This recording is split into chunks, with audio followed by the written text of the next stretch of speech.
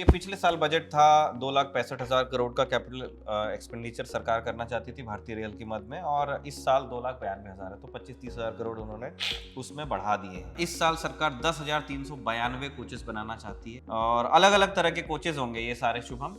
इसके अंदर आपके नॉर्मल पैसेंजर कोच भी होंगे, जो लोकल ट्रेन मुंबई में चलती हैं उसके भी होंगे, वंदे भारत के कोचेस भी होंगे, उसमें स्लीपर जो अभी देखा गया है। जी हाँ, चेयर कार, हर तरह के कोचेस, तो उनका टोटल नंबर आएगा 10,392। ये देखना पड़ेगा कि सरकार ने पिछले साल में अगर सरकार अपने टारगेट को हिट नहीं कर पाई थी, अभी एक्चुअल्स इसके आएंगे तो समझ में आएगा कि इस बार क्या है। बिल्कुल। लेकिन ये देखना पड़ेगा कि सरकार का ये ऑप्टिमिज्म कहाँ से आ रहा है। जैसा सोचा गया था कि डीएफसी आके रेवोल्यूशनाइज कर देगा, वो नहीं हुआ, और उसके कई कारण है। और आप देखिए 2026 में हम बात कर रहे हैं, अभी तक वो बन नहीं पाया है, पूरी तरह से तो नहीं बन पाया है। 500 किलोमीटर आपने बनाने का आइडिया ही छोड़ दिया, आपने इंडियन रेलवे में बनाने की बात कर ली और मुंबई तक वो जेएनपीटी पहुंचा नहीं है। तो क्या वो 1500 किलोमीटर का और प्रोजेक्ट उठाएंगे? यानी 100 रुपए कमाने के लिए भारत सरकार का रिवाइज टारगेट फॉर 25-26 जो साल अभी खत्म हो रहा है, 98 रुपए 82 पैसे, यानी 1 रुपए 20 पैसे, 1 रुपए 18 पैसे की बचत। और इस साल उन्होंने टारगेट रखा है 1 रुपए 60 पैसे का।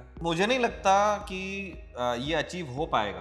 मतलब 10,000 करोड़ का घाटा तो सरकार ने अपने ही रिवाइज एस्टिमेट में लगा लिया। अब वो फिर कह रहे हैं मतलब 1,88,800। नमस्ते, मेरा नाम शुभम है और आप देख रहे हैं खबर गांव। 1 फरवरी 2026 को वित्त मंत्री निर्मला सीतारमण ने बजट पेश किया। इतिहास में रविवार के दिन पहली बार बजट पेश किया गया, ऐसा पहली बार हुआ। इस बजट में उन्होंने सरकार के प्लान्स और प्रोजेक्ट्स की पूरी जानकारी दी, साथ ही रेलवे को लेकर के भी काफी अहम बातें कही।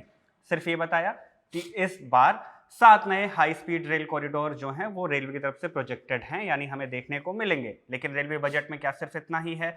क्या कुछ है रेलवे बजट में इस बार और क्या कुछ खास हमें देखने को मिलेगा? इन्हीं सवालों के जवाब और इन्हीं समझेंगे हमारे साथी निखिल से। तो चलिए शुरू करते हैं। निखिल, इस बार रेलवे बजट को लेकर क्या कुछ कहा गया? भाषण में तो बहुत कुछ नहीं कहा गया, लेकिन रेल बजट में है क्या इस बार? मैं बता देता हूँ आपको। जैसे रेल बजट पहले अलग से प्रेजेंट होता था, लेकिन फिर एक थॉट आया कि नहीं, जब ये बाय वैल्यू उतना बड़ा डिपार्टमेंट नहीं रह गया तो फिर बजट का इसको एक हिस्सा होना चाहिए। तो उसके बाद से फिर प्रोग्रेसिवली हमने देखा कि रेल बजट का जिक्र कम होता जाता है। तो शुभम, पहले परंपरा थी एक अलग रेल बजट की, लेकिन फिर उसके बाद ये आया कि बाय वैल्यू इतना बहुत बड़ा बजट नहीं होता है, तो ये एक हमारे यूनियन बजट का हिस्सा हो सकता है। तो प्रोग्रेसिवली आप देखिए रेल बजट का जिक्र कम पहले यूनियन बजट से एक दिन पहले रेल बजट होता था और उस दिन पूरे दिन रेल डिस्कस होता था कि कितनी नई ट्रेनें चलाई जाएंगी, कितनी नई लाइनें आएंगी, किसके इलाके को क्या मिल गया, और वो सांसद फिर अपने यहाँ उसको शेयर करते थे कि देखिए मैंने स्टॉप बढ़वा दिया ये ट्रेन। अब इस तरह की चीजें नहीं होती हैं। अब नई ट्रेन की घोषणा या तो जैसे वंदे भारत वगैरह होता है तो वो प्राइम मिनिस्टर के हवाले से आता है, और जो दूसरी ट्रेनें होती हैं वो आईआरटीटीसी है, जो टाइम टेबल कमेटी है, वहां से आता है। तो अब यूनियन बजट में क्या बच गया है? यूनियन बजट आपको बस यही बताता है अब रेलवे के बारे में कि उसका परफॉर्मेंस कैसा रहा। पिछले साल जो उसने काम किया 24-25 में, उसके एक्चुअल फिगर्स आ जाते हैं। 25-26 जो ये साल अब जो फाइनेंशियल ईयर खत्म हो रहा है, उसमें उन्होंने पिछले बजट में क्या प्रोजेक्ट किया था और उसको क्या रिवाइज करना पड़ा, वो आ जाता है। और फिर अगला साल जो FY27 होगा 26-27, उसमें वो क्या करने की सोच रहे हैं, इस बारे में बताते हैं। तो रेलवे ये तो यूनियन बजट में ये सारी जानकारी आपको मिलेगी कि रेलवे का ऑपरेटिंग रेशियो क्या रहा। ठीक है। 100 रुपए कमाने के लिए रेलवे ने कितने रुपए खर्च किए, जिस पर हम बात करेंगे, जो सबसे इंपॉर्टेंट इस चीज में बजट है। रेलवे नए साल में कितनी नई लाइनें बनाना चाह रहा है, कितने डब्बे लेना चाह रहा है, कितने लोकोमोटिव लेना चाह रहा है, ये सारी चीजें आती हैं। और उनको पिछले साल का उनका क्योंकि एक कमर्शियल एक्टिविटी रेलवे करता है, लोगों को भी ढोता है, सामान को भी ढोता है, तो उसमें प्रदर्शन कैसा रहा, ये सारी चीजें इस रेल बजट में हम अभी डिस्कस करेंगे, दर्शकों से शेयर करें। बजट स्पीच में जिक्र कम होता आ रहा है, लेकिन 3 जगह मैंने भारतीय रेल को खोजा बजट में, एक जगह अप्रत्यक्ष रूप से और 2 जगह प्रत्यक्ष रूप से। पॉइंट नंबर 36 जो था वित्त मंत्री के बजट स्पीच का, उसमें उन्होंने कहा कि वो माल ढुलाई की बात कर रही थी, तो माल ढुलाई को लेकर उन्होंने कहा कि दांकुनी जो कि पश्चिम बंगाल में है, हावड़ा के पास, हावड़ा से ज्यादा दूर नहीं है, दांकुनी में ही आपका CLW का एक प्लांट भी है जहाँ पे इंजन्स बनते हैं।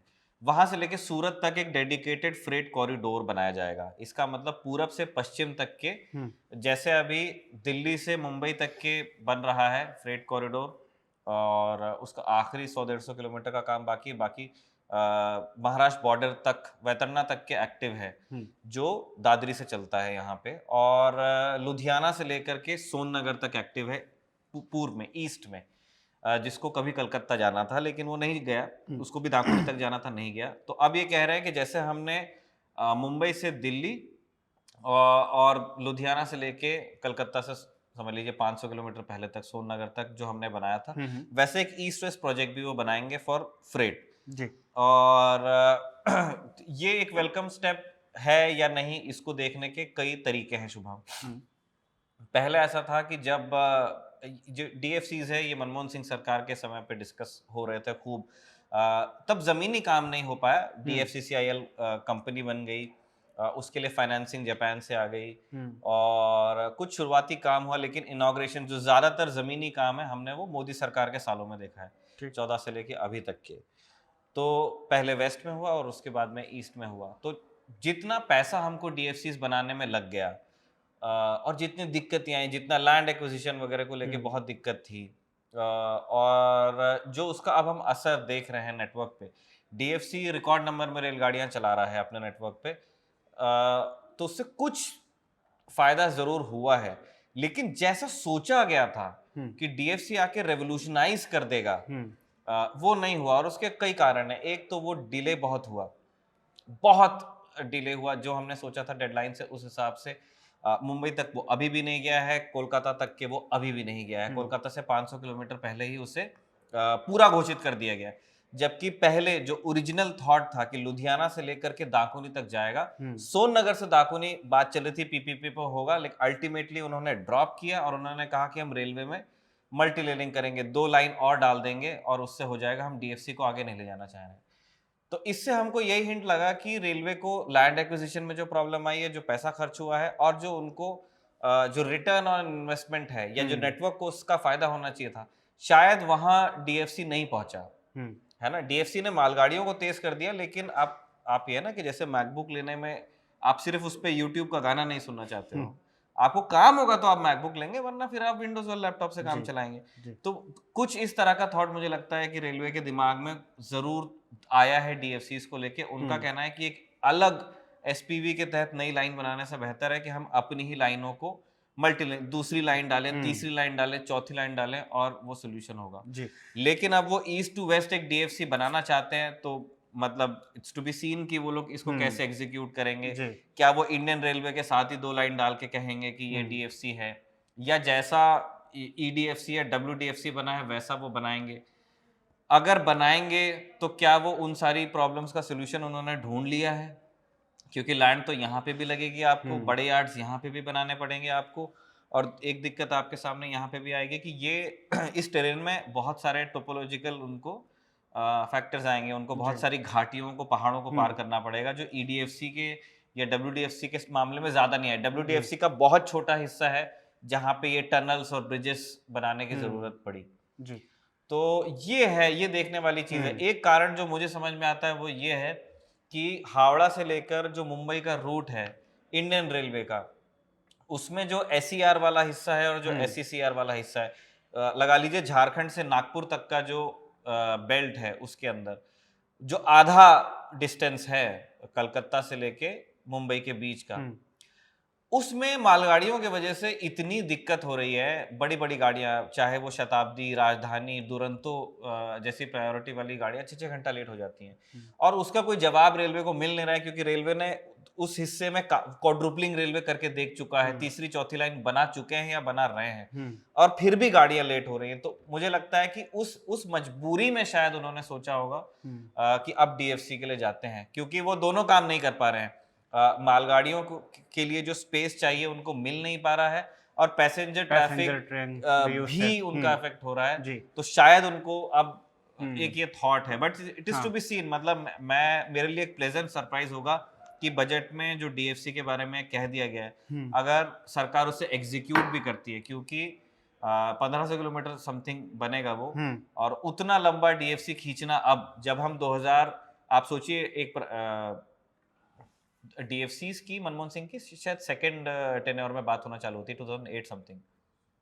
यस, पहला टेन्योर खत्म होने में और सेकंड टेन्योर शुरू होने में इस तरह का कुछ है। मैं एग्जैक्ट डेट नहीं याद कर पा रहा हूँ, 2006 है 2008 है, इस तरह का कुछ है ना। और आप देखिए 2026 में हम बात कर रहे हैं, अभी तक वो बन नहीं पाया है, पूरी तरह से तो नहीं बन पाया है। 500 किलोमीटर आपने बनाने का आइडिया ही छोड़ दिया, आपने इंडियन रेलवेज में बनाने की बात कर ली और मुंबई तक वो जेएनपीटी पहुंचा नहीं है। तो क्या वो 1500 किलोमीटर का और प्रोजेक्ट उठाएंगे, हमको देखना पड़ेगा। दूसरी बिग टिकट जो जिसमें ज्यादा लोगों का इंटरेस्ट होगा, ये हमने मालगाड़ियों की बात की। रेल मंत्री ने कहा पॉइंट नंबर 40 में कि 7 हाई स्पीड कॉरिडोर बनाएंगे। उन्होंने बताया मुंबई पुणे, पुणे हैदराबाद, हैदराबाद बैंगलोर, हैदराबाद चेन्नई, चेन्नई बैंगलोर, दिल्ली वाराणसी और वाराणसी से सिलीगुड़ी। तो ये एक वेलकम स्टेप है। बस इसमें भी हमको यही देखना है कि ये हाई स्पीड जब कॉरिडोर्स बनाने की बात हो रही है, तो अभी एक हाई स्पीड कॉरिडोर हमारा अंडर कंस्ट्रक्शन है मुंबई से लेके अहमदाबाद, और वो फिर से डीएफसी वाली कहानी है कि वो हमको जितना महंगा पड़ा है ना, जितना हमको कॉस्ट हमने सोचा था उससे वो ओवर बजट जा रहा है। हम उसको अभी तक पूरा नहीं कर पा रहे हैं फॉर वेरियस रीजन। उसके बहुत सारे कारण थे। एक समय पे उद्धव ठाकरे सरकार पे इल्जाम लगाती थी केंद्र सरकार कि आप कोऑपरेट नहीं कर रहे हो, बट देन फिर वो गुजरात में भी तो पूरा नहीं बन पाया जहां पे एक ही पार्टी की सरकार 508 किलोमीटर का प्रस्तावित था और अब तक 400 भी नहीं बन पाया, 399 तक सितंबर 2025। और उसमें टाइम है, अभी टाइम है, जो अभी 15,000 करोड़ उन्होंने एनएचआरसीएल को दिए हैं, तो वो मुंबई अहमदाबाद में ही जाएंगे और वहां वो चैलेंजेस अभी हमने रिजॉल्व नहीं किए हैं। जैसे जो मुंबई अहमदाबाद में जो ट्रैक बिछेगा उसमें इन्होंने अलग अलग कॉन्ट्रैक्ट्स किए हैं, सिग्नल एंड टेलीकॉम के अलग कंपनी को कॉन्ट्रैक्ट दिए हैं, और ट्रेन्स को लेके अभी विचार चल रहा है कि क्या करना चाहिए। और उसमें दिक्कत ये आ रही है कि जो जापानीज जो शिंकानसेन सिस्टम है उसमें पटरी के नीचे जो आपके स्ट्रक्चर्स हैं, जैसे वो वायडक्ट पुलों पे चलने वाली गाड़ी है या टनल्स के अंदर चलती है, और पटरी, सिग्नल्स और ट्रेन, वो पूरा एक ही, मतलब एक शरीर में जैसे एक दिमाग होता है, एक हाथ होता है, ये अलग अलग इनके फंक्शन है पर वो एक बॉडी का हिस्सा है। शिंकानसेन एक उस तरह का सिस्टम है। शिंकानसेन में ये नहीं होता है कि आपने ट्रैक्स आपने बना लिए और पटरी यहाँ से ले ली और फिर ट्रेन्स आप कहीं से लाके चला दोगे। जो हम सुन रहे हैं वो ये है कि जो मुंबई अहमदाबाद प्रोजेक्ट है उसमें जो दाम जापान लगाना चाह रहा है ट्रेन्स का, वो भारत को ज्यादा लग रहा है, भारत सरकार को, कि इतनी महंगी अगर हम ट्रेन्स लेंगे तो फिर ये वाइबल नहीं रह जाएगा, फिर उनको आपको मेंटेन भी करना है। तो बीच में एक आइडिया आया कि भाई 250 किलोमीटर की हम ही बना लेंगे। एक वो अभी लंबी कहानी है। अभी फिलहाल का अपडेट ये है कि जापान से 2 ट्रेन्स आएंगी जिनको कैलिब्रेशन के लिए इस्तेमाल किया जाएगा नेटवर्क के, और वो एक तरह से इंडिया को वो भी होगा, एक डिस्प्ले भी होगा कि देखिए अगर आप ट्रेन्स लेते हो तो ऐसा होगा। लेकिन तो ये कहानी सारी मैं आपको इसलिए बता रहा हूँ कि मुंबई अहमदाबाद प्रोजेक्ट अगेन जिसे 2024 में पूरा हो जाना चाहिए था या उससे पहले पूरा हो जाना चाहिए था, वो अभी पेंडिंग में है और हमारे पास 7 और नए प्रोजेक्ट पूरा नहीं बना है। और उसकी प्रोग्रेस मतलब उसमें है, उन्होंने बड़े नंबर्स में काम कर लिया है, लेकिन अभी हमको देखना है कि वो टर्न आउट कैसा होगा। अब उसमें आप कह रहे हैं 7, ये 7 कौन से हैं? मुंबई पुणे के बीच में क्वाड्रुपलिंग, मतलब तीसरी और चौथी लाइन की बात मैं बच्चा था तब से सुन रहा हूँ, ठीक है, कि तीसरी और चौथी लाइन आएगी, क्योंकि मुंबई आप देखिए ना, एक तरफ मुंबई एक तरफ पुणे है, ये दोनों हाई डेंसिटी ट्रैफिक वाली जगह है। भारतीय रेल आज तक नहीं डाल पाया उसे, है ना। तो वो कल्याण का सारा तीसरी लाइन डलेगी, तो घाट में एक तीसरी लाइन डली हुई है, तो एक यहाँ हड़पसर में कुछ बना देंगे, इस तरह की ये लोग बातें करते हैं, और अभी तक के वो धरातल पे तीसरी और चौथी लाइन उतर नहीं पाई है। एग्जैक्टली। तो क्या इसका मतलब ये है कि जो प्रोजेक्ट्स जहां भारत सरकार में जो भारतीय रेल परफॉर्म नहीं कर पा रहा है, क्या उन सेक्टर्स को अब मतलब दे दिया जाएगा कि अच्छा हाँ ठीक है, वो आप एक अलग वेंचर है, इंडियन रेलवे में ही है, लेकिन एनएचआरसीएल एक अपने आप में उसका वजूद है कि उनके थ्रू करा लो। जी निखिल, आपने रेल बजट पूरा देखा, समझा भी। हमने ये देखा कि स्पीच में केवल 2 मुद्दे ही रेल बजट के लाए गए, तो तीसरा भी था।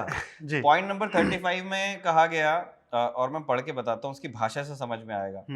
पॉइंट नंबर 35 में कहा गया, over the years REITs have emerged as a successful instrument for asset monetization. I propose to accelerate recycling of significant real estate assets of CPSEs through setting up of dedicated REIT. मतलब जो CPSE, जो central public sector enterprises हैं, जिसमें से बहुत सारी भारतीय rail के पास भी हैं, है ना? रेलवे अपने कोचेस खुद बनाता है, रेलवे अपने लोकोमोटिव्स खुद बनाता है, व्हील फोर्जिंग रेलवे करता है बेला में, वहाँ कास्टिंग होती है, कुछ दूसरी जगह फोर्जिंग का भी वो लोग काम कर रहे हैं, तो उनके पास बहुत सारे CPSEs हैं और लैंड बहुत है। तो सरकार का एक बड़ा लंबे समय से मानना है कि जिन पब्लिक सेक्टर एंटरप्राइजेस के पास में जमीन बस पड़ी है, उस पे झाड़ियां उग रही हैं, उसका कुछ होना चाहिए। तो मुझे लगता है कि वो उस तरफ भी ध्यान जी देंगे। हाई स्पीड कॉरिडोर में एक ही बस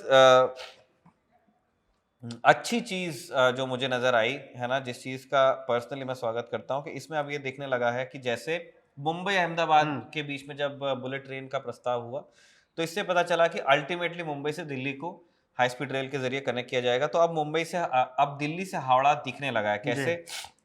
दिल्ली से वाराणसी अनाउंस कर दिया है इन्होंने, और वो वाराणसी से सिलीगुड़ी। तो सिलीगुड़ी तो चलिए आपके नॉर्थ बंगाल में है, लेकिन यहीं से कोई स्पर निकल के हावड़ा या कोलकाता भी जा सकता है। तो आप ये देख रहे हैं कि ईस्ट और वेस्ट दोनों साइड बुलेट ट्रेन का हो गया है। जी।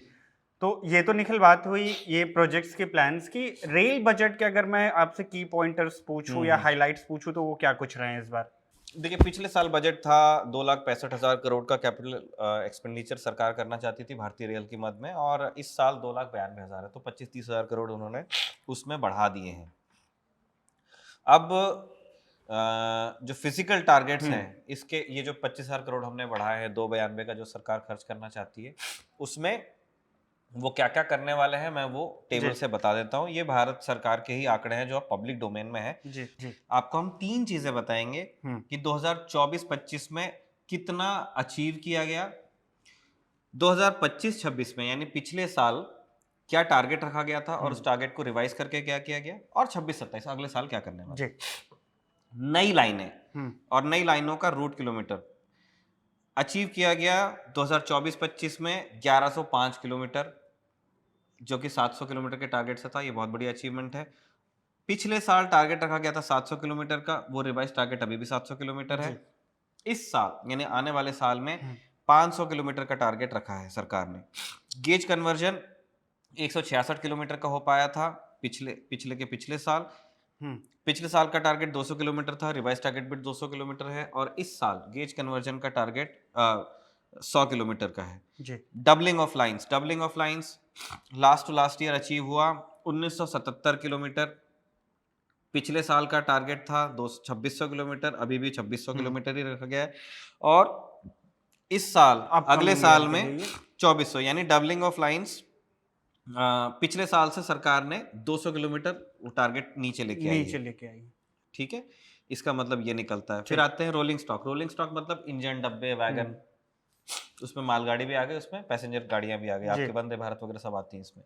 तो डीजल लोकोमोटिव सरकार ने 100 डीजल लोकोमोटिव्स खरीदना चाहती है इस साल, और पिछले साल भी 100 ही खरीदने का टारगेट था। ये इसलिए नंबर बहुत ज़्यादा फ्लिप नहीं होता है क्योंकि अब हम डीजल लोकोमोटिव्स खरीद रहे हैं विदेशी कंपनीज से, वैपटेक से खरीद रहे हैं, जो कि जी है, अमेरिकन कंपनी है, और उनके साथ हमारी एक ईयर ऑन ईयर कमिटमेंट है।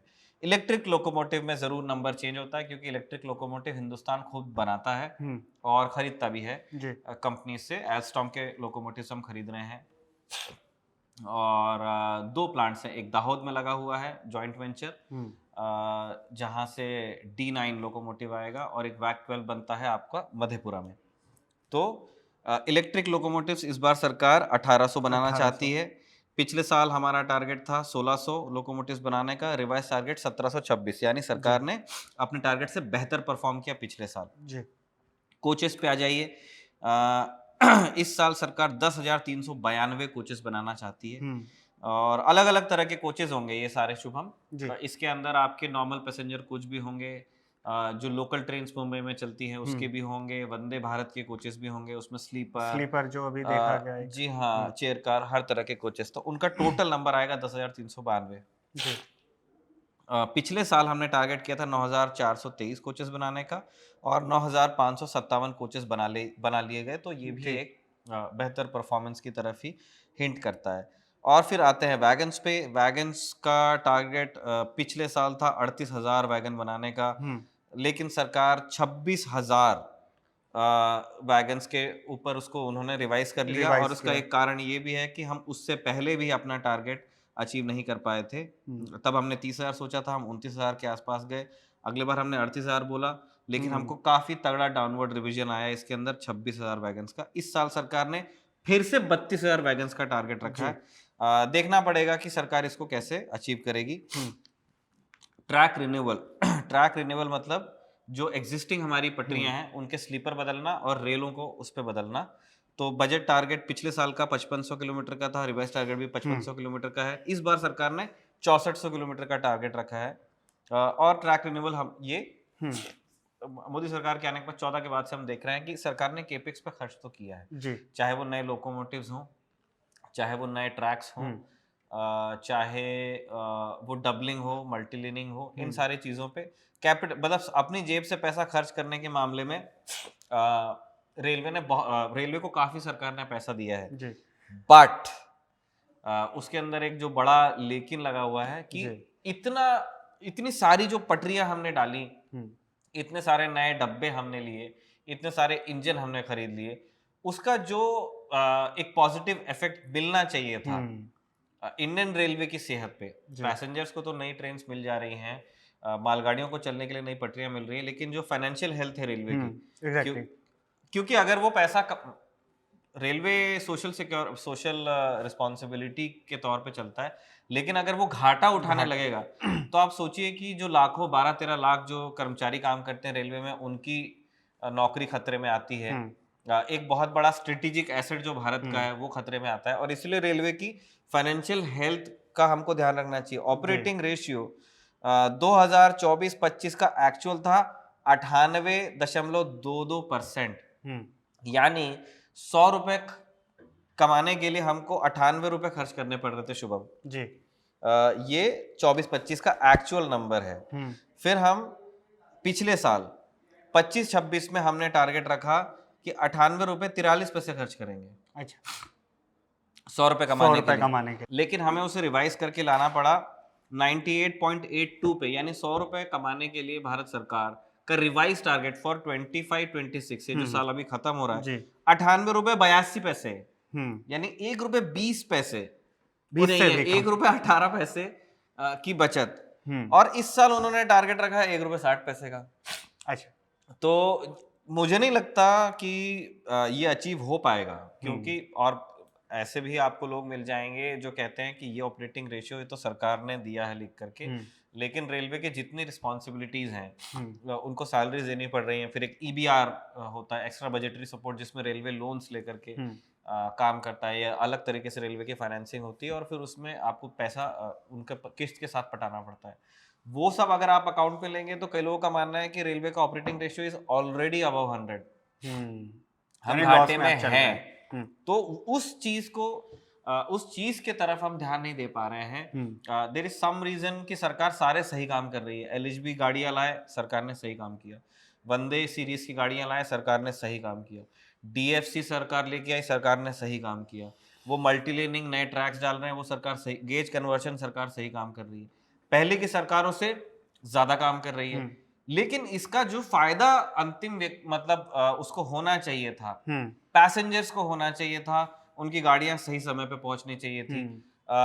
जो लोग सामान भेजना चाहते हैं, जो उद्योगपति हैं, उनको होना चाहिए था कि उनका सामान समय पे पहुंचे, जो डिलेज हैं वो कम हो जाए।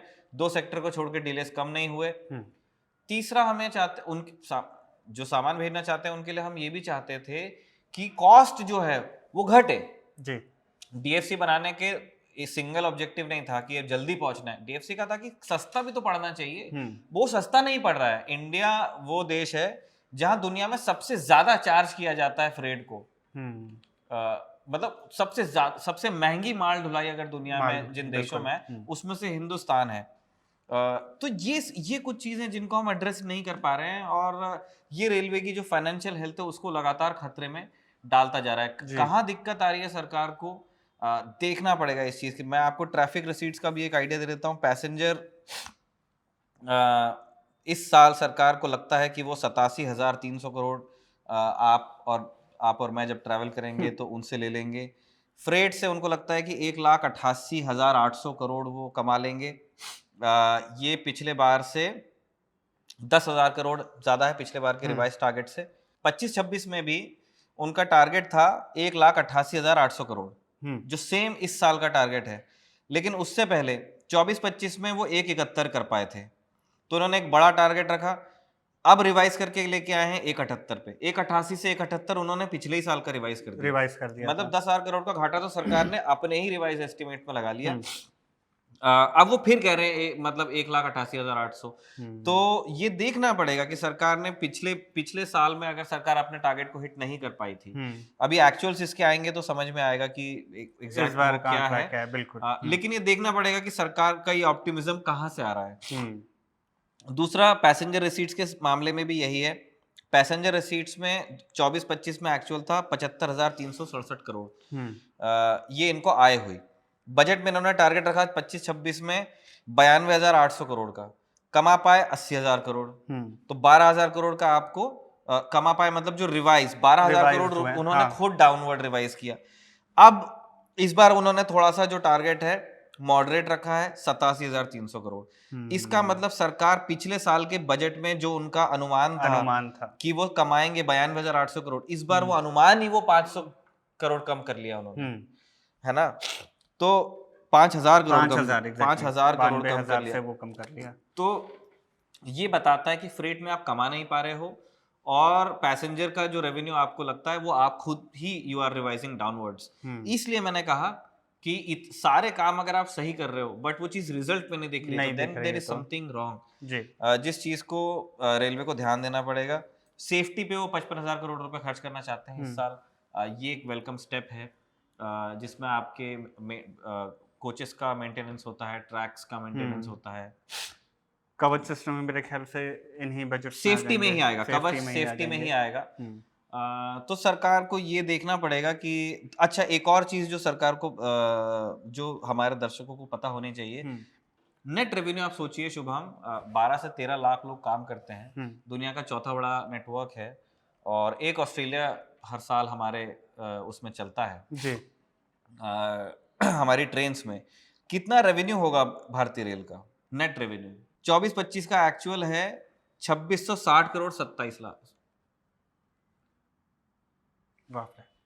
ठीक है, पिछले साल यानी 25-26 में उन्होंने टारगेट रखा 3,041 करोड़ का जी, लेकिन उन्होंने खुद रिवाइज करके क्या किया, उसे नेट रेवेन्यू 25-26 का खुद सरकार ने खुद ही रिवाइज कर दिया 1,957 करोड़ पे, यानी 2,000 करोड़ से कम। और इस साल उन्होंने फिर सिर्फ 3,000 करोड़ का टारगेट रखा। तो रेवेन्यू थिन होता जा रहा है और ऑपरेटिंग रेशियो बढ़ता जा रहा है जी। खर्च आपके बढ़ते जा रहे हैं। तो ऐसी स्थिति में फिर आपको ध्यान देना पड़ेगा कि क्या पैसा सही जगहों पे खर्च। और इनमें स्टाफ की सैलरी में भी मैं देख रहा हूँ 1,23,223 करोड़ सिर्फ आप सैलरी दे रहे हो। ये एक बड़ा पोर्शन आपका खर्च का इधर जा रहा होता है। वो उसका कारण ये है, एक चीज जिसके बारे में मतलब जिसमें रेलवे की हम तारीफ कर सकते हैं, इन प्रोवाइडिंग सिक्योर जॉब्स। आज भी रेलवे पेंशन दे ही रहा है ना। लोग उसको जज कर सकते हैं कि नहीं आपने पेंशन का स्कीम चेंज कर दी, न्यू पेंशन ओल्ड पेंशन आप लेके आ गए, बट दे रहे हैं पेंशन, वो दे रहे हैं और वो सैलरीज भी दे रहे हैं, नौकरी बहुत सिक्योर होती है। तो अपवर्ड मोबिलिटी के हिसाब से आप जैसे रेलवे का जो क्लर्क है वो अपने बेटे को क्लर्क से ऊपर लेके चला जाएगा, इस बात की 110% गारंटी है। ऐसी नौकरियां रेलवे दे रहा है जी। लेकिन इन नौकरियों को देने में फिर उनको सैलरीज में और उनको पेंशन में वो एक दिक्कत आ रही है। तो ये थी रेलवे बजट पे पूरी चर्चा। आपने पूरी चर्चा सुनी, समझी भी होगी, आपके भी कुछ सवाल होंगे, आपका भी कुछ पक्ष होगा, कुछ राय होंगे, क्या कुछ है कमेंट बॉक्स में हमें ज़रूर लिख भेजिएगा। इस वीडियो में फिलहाल बस इतना ही, धन्यवाद।